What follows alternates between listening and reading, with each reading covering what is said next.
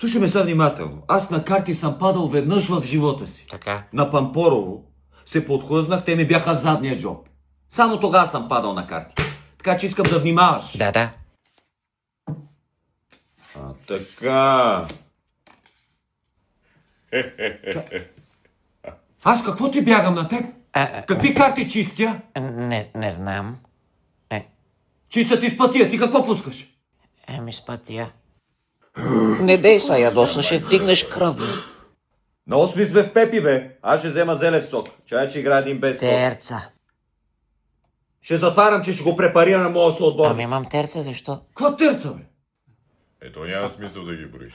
Вътре сме. Девятката и десятката пика бяха в теб, нали така? Да. И седмицата и осмицата после ги игра. Играх ги, да. Значи ще имал 50. Имах, да. Каза ли го? Не. Обясни ми ти сега, защо ми разваляш уикенд? Ама аз не искам нищо да развалям. Няма... Защо ми разваляш уикенда са? Дай още една да изиграем.